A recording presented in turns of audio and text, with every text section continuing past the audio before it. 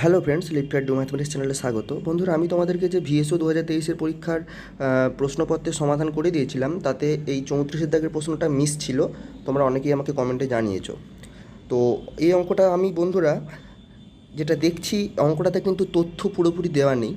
তো সেই কারণে অঙ্কটা যেভাবে সমাধান আমি তোমাদের করে দেব, তোমরা দেখো সমাধানটা।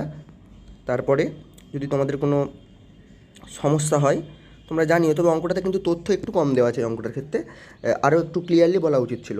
দেখো, একজন বলেছে একজন লোককে এই প্রতিশ্রুতি দিয়ে নিয়োগ করা হয়েছিল যে তাকে প্রতিদিন সম্ভাব্য সর্বাধিক মজুরি দেওয়া হবে, সর্বাধিক মজুরি দেওয়া হবে। সম্পূর্ণ সময়সীমার জন্য চুক্তির পরিমাণ ছিল 1199 টাকা, কিন্তু তাকে 1073 টাকা দেওয়া হয়েছিল। তাহলে তিনি যতদিন কাজ করেছেন সেটা আমাদেরকে বার করতে হবে। এখন তাকে সর্বাধিক মজুরি দেওয়া হবে বলা হয়েছিল। এই মজুরি পরিমাণটা কত দেওয়া হবে সেটা কিন্তু বলা নেই। এখানেই সমস্যাটা। আমি ধরে নিচ্ছি সর্বাধিক মজুরি হবে একটা পূর্ণ সংখ্যা। ঠিক আছে, তোমরা পূর্ণ সংখ্যা পড়েছো। এইটা না ধরলে আমি অঙ্কটা করতে পারবো না। ঠিক আছে, সর্বাধিক মজুরি আমি ধরে নিলাম পূর্ণ সংখ্যা। তাহলে তিনি কত টাকা পেয়েছেন? 1073 টাকা। আর এই পূর্ণ সংখ্যাটা কত? সর্বাধিক মজুরিটা আমি ধরে নিচ্ছি এক্স টাকা। তাহলে তিনি কত? 1073 টাকা পেয়েছেন। তাহলে সর্বাধিক যদি প্রতিদিন এক্স টাকা পান, তাহলে 1073কে এক্স দিয়ে ভাগ করলে তিনি কত দিন কাজ করেছেন সেটা পেয়ে যাব। ঠিক আছে, এবার এই সমীকরণটাকে আমি একটু উল্টো দিক থেকে যদি লিখি, 1073কে আমি যদি দিন সংখ্যা দিয়ে ভাগ করি, তাহলে তিনি এক্স হয়ে যাবে।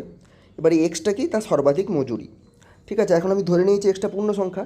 তাহলে 1073কে দিন সংখ্যা দিয়ে ভাগ করলে আমি যদি একটা পূর্ণ সংখ্যা পাই, অর্থাৎ 1073কে যদি দিন সংখ্যা দিয়ে ভাগ করা যায়, তাহলেই আমি বুঝবো যে সেটা হয়ে যাবে তার তিনি কতদিন কাজ করেছেন। এখন এই দিন সংখ্যাটা পাবো কোথায়?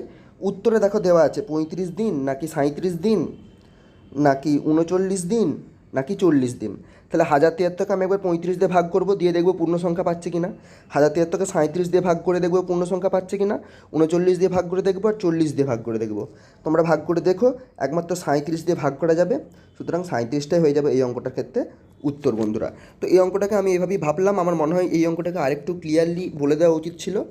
তো যেহেতু দেওয়া নেই, তাই আমি আপাতত এইভাবেই সমাধানটা তোমাদের করে দিলাম। এর থেকে ভালো কোনো কিছু উপায় তোমাদের মাথায় এলে তোমরা আমাকে কাইন্ডলি জানিও।